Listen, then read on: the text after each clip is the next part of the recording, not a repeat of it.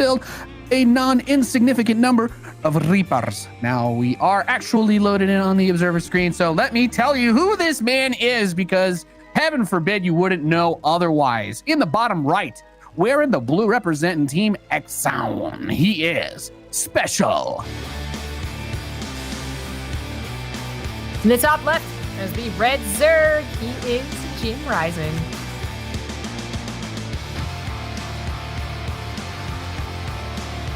Okay, so forgot about the intros.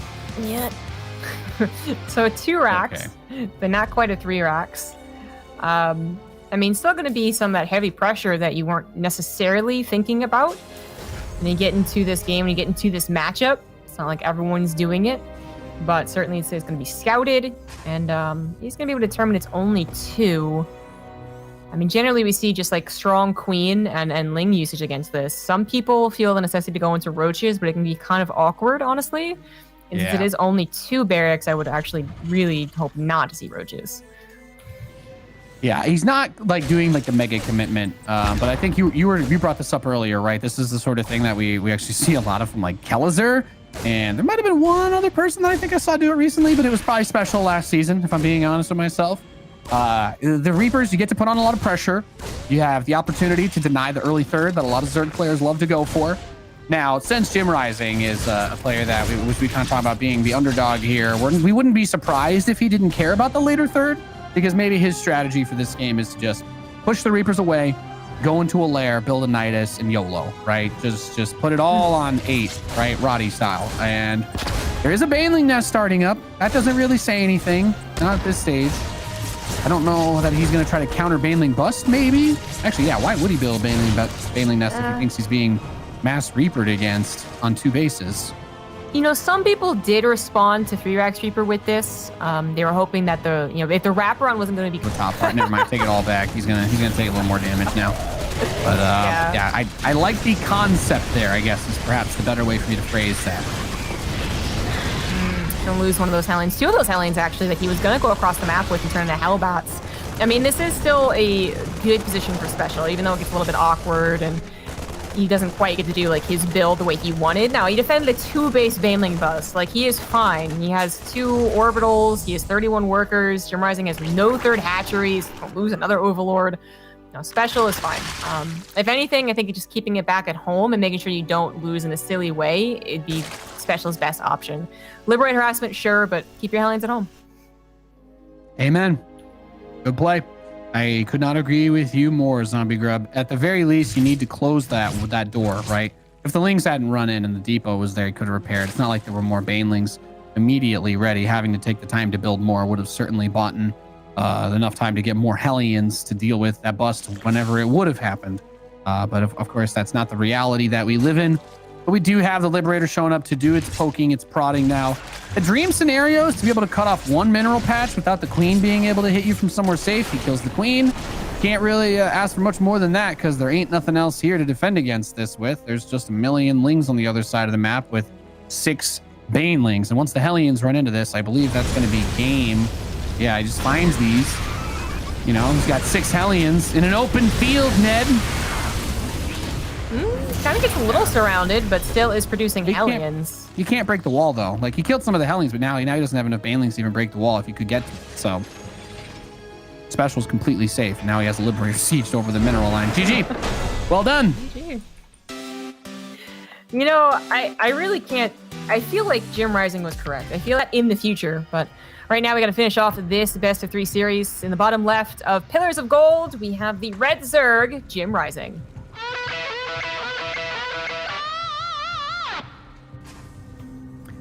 And his opponent, spawning in the northeast position, the blue Terran player from Exxon Gaming, he is SpeCial. SpeCial.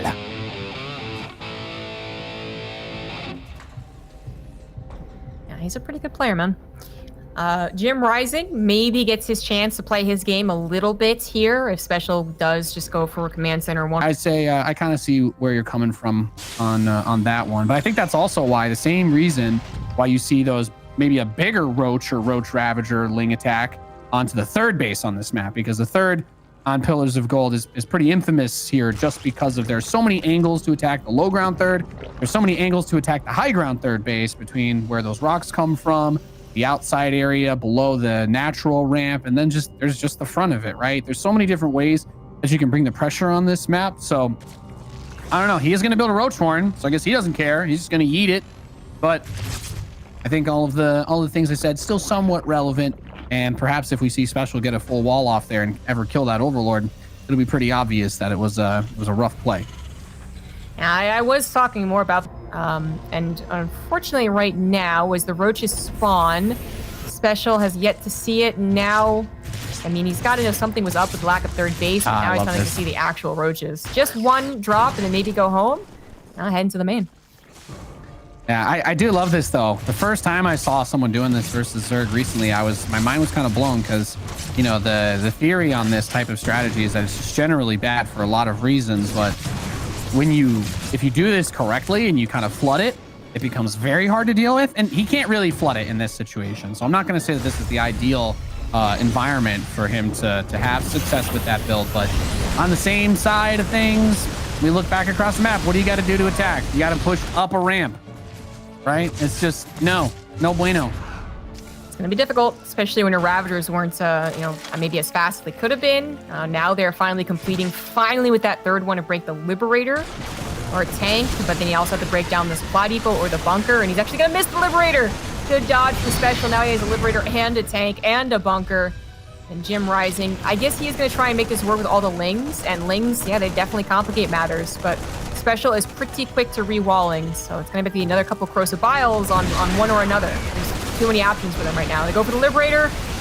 Supply Depot still holding, just barely. Oh my god, they're going to hold. He's not going to kill anything. Doesn't matter, got a wall. Doesn't matter, got a wall. Doesn't matter, got a wall. Yeah. That might be that. Got the Liberator, so I guess he doesn't worry about harassment, but that's not much else. Yeah, I was like, I don't know what to say. Like, that's the hard part. That's why on maps where you don't have a flat space, like if you do this build on like Death Aura, right? The ramp is further away, so at the very least, with no vision, you can just try to bile from really far away.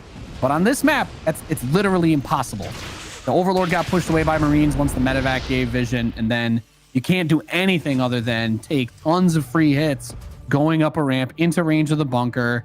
And if you get far enough into range of SCVs, right? Like, that's another thing that ends up happening.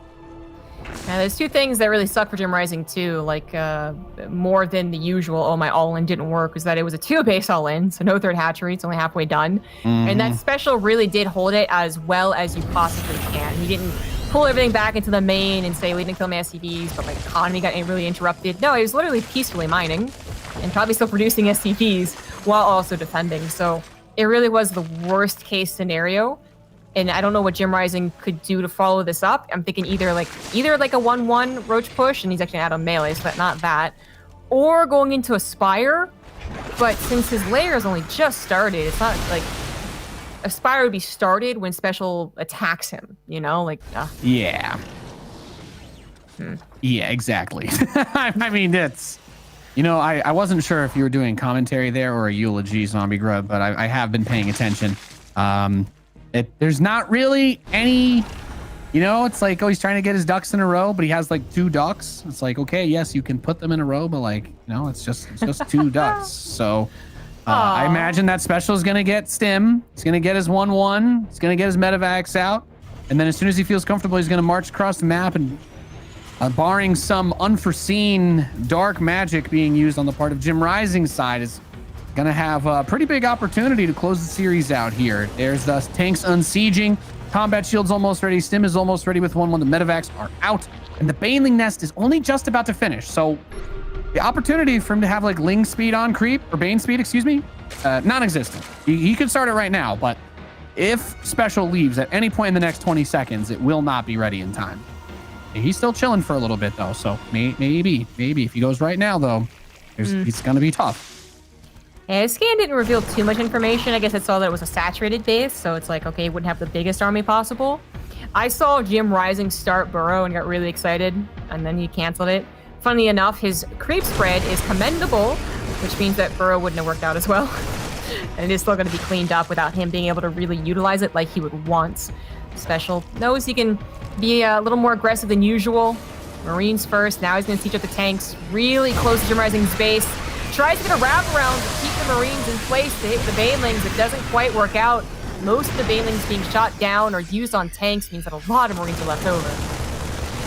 Yeah, he's got plenty of bio. I mean, the support units are still really integral to the success of these types of attacks. This hatchery kind of acting as like a meat shield, soaking up tons of damage. You know, there's really not much of a value proposition to killing this hatchery over anything else, but it is in the way. So he buys himself some time with that. Siege tank's going to get piled down, but once the Banelings are gone, these Marines rip through everything. GG.